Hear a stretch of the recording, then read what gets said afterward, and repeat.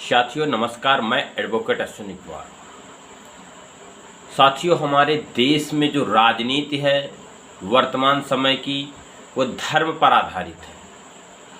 आज यह वीडियो बनाने का मुख्य मकसद यह है कि अक्सर सोशल मीडिया में एक यह देखने को मिलता है कि जो ओबीसी की राजनीतिक पार्टियां हैं, बहुजन समाज को सामाजिक न्याय की बात करने वाली जो राजनीतिक पार्टियां हैं, खासकर इस समय प्रदेश से लेकर के केंद्र तक में विपक्ष की भूमिका निभाने वाली पार्टी उत्तर प्रदेश की समाजवादी पार्टी, और एक वक्त में विपक्ष की पार्टी रही है बहुजन समाज पार्टी। तो बहुजन समाज पार्टी और जो समाजवादी पार्टी है, दोनों के जो सत्ता में आने के एजेंडे हैं धर्म पर बात करना है। बहुजन समाज पार्टी का तो उद्भव ही धर्म के से हट करके हुआ है, लेकिन समाजवादी पार्टी की जो राजनीतिक विचारधारा वो धर्म से हट करके है। लेकिन वर्तमान समय में उत्तर प्रदेश में हो या केंद्र में धर्म के आधार पर राजनीति स्थापित है।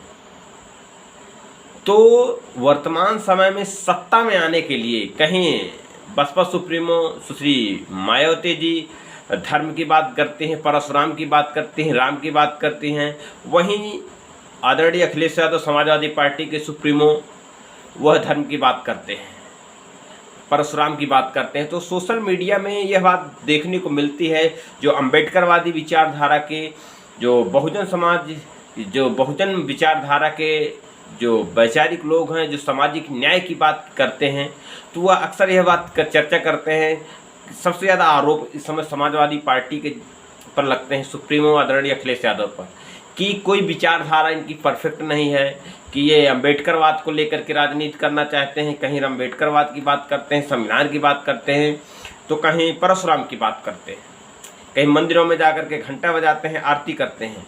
तो साथियों, यह सब बातों का विशेषकर यदि अवलोकन किया गया, एनालिसिस किया गया, तो एक बात समझ में आती है कि जो लोग अम्बेडकरवाद या बहुजन चिंतक की बात करते हैं, उनमें भी कहीं अपनी अपनी राजनीतिक पार्टियां बटी हुई हैं। बात तो विचारधारा की एक लाइन में करते हैं, लेकिन जब राजनीति में सपोर्ट करने का नंबर आता है तो वह अपने मन मुताबिक पार्टियों को सपोर्ट करना का विचार है और कोशिश रहती है। यानी कि राजनीतिक मुद्दे में एक नहीं है, विचारधारा में भले ही एक हो। दूसरी बात एक यह स्पष्ट होती है कि इस देश में धर्म व्याप्त है। इस देश में सच्चाई तो यही है कि धर्म ही सबसे ज़्यादा नुकसानदायक है, लेकिन सबसे बड़ी समस्या है इस देश में बहुजन समाज जो बात करते हैं अम्बेडकरवाद की और सामाजिक न्याय की, वह बहुतों की जो वास्तविक संख्या है, उस संख्या से बहुत से कम लोग अम्बेडकरवाद और सामाजिक न्याय की बातों को समझते हैं, जिसमें वो चर्चा करते हैं। वहीं उसी ओबीसी पीडीए बहुजन समाज का जो बहुसंख्यक समाज है, वह आज भी धर्म पर लिप्त है और धर्म के पीछे भगता है, धर्म की बुराई सुनना पसंद नहीं करता है। तो कहीं ना कहीं जो राजनीतिक दल है, उनको सत्ता में आने के लिए कहीं ना कहीं धर्म की चादर ओढ़ करके सत्ता में आने की पूरी कोशिश है। तो जो लोग यह बात कहते हैं कि किसको धोखा दे रहे हैं, उनकी विचारधारा स्पष्ट नहीं है, तो उन लोगों के भी राजनीतिक पार्टियों का समर्थन भी स्पष्ट नहीं है। और दूसरी बात, राजनीतिक पार्टी के जो प्रमुख यह बात जानते हैं कि धर्म नुकसानदायक है, कोई फायदा नहीं, भगवान नहीं है, लेकिन उसके बाद भी वह लोग यह जानते हैं कि इस देश का जो बहुसंख्यक समाज है वो धर्म के पीछे ही भग रहा है। तो धर्म के विरोध में न काम करके धर्म के चादर ओढ़ करके राजनीतिक सत्ता अपनाई जाए। तो जो लोग सोशल मीडिया में उल जलूल बयानबाजी करते हैं, उनको यह बात समझने की ज़रूरत है कि राजनीतिक लोग सत्ता में आने के लिए किसी भी हद तक कुछ जा सकते हैं। वहीं दूसरी तरफ हम यह भी अवलोकन करें, अपना विश्लेषण करें कि जो लोग सामाजिक न्याय की बात करते हैं, उनकी जो संख्या उस विचारधारा में बहुत कम है। उनका खुद का समाज धर्म के पीछे धर्म को ढो रहा है, तो कहीं न कहीं जो बहुसंख्यक समाज धर्म को ढो रहा है, तो उसका विरोध करके शासन सत्ता में आना बहुत ही कठिन बात है।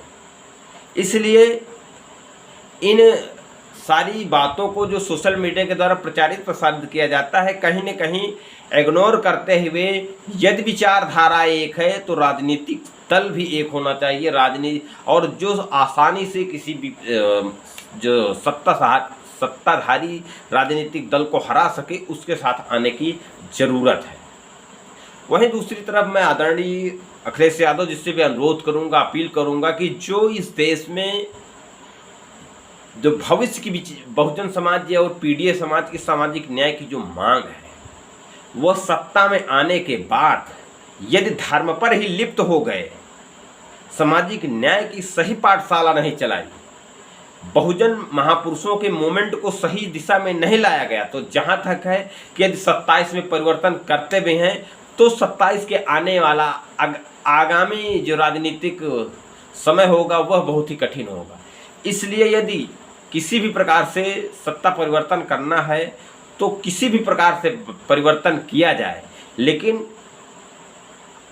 जो सामाजिक न्याय की बहुजन महापुरुषों की जो आंदोलन है उनसे हट करके कोई भी काम ना करे। कोई भी समाज बहुजन समाज की पार्टी राजनीति में स्थापित हो, सरकार बनाए, क्योंकि उत्तर प्रदेश में सपा और बसपा ने काफ़ी पर्याप्त मात्रा में पूर्ण बहुमत के साथ सरकारें बनाई हैं, विकास कार्य बहुत किए हैं, लेकिन सामाजिक न्याय की जो आंदोलन है, महापुरुषों की पढ़ाइयाँ हैं, शिक्षा से जोड़ करके बहुत ज़्यादा काम नहीं किया गया है, जिसकी बदौलत आज समाज को धर्म और सामाजिक न्याय में कोई अंतर नहीं समझ में आता है।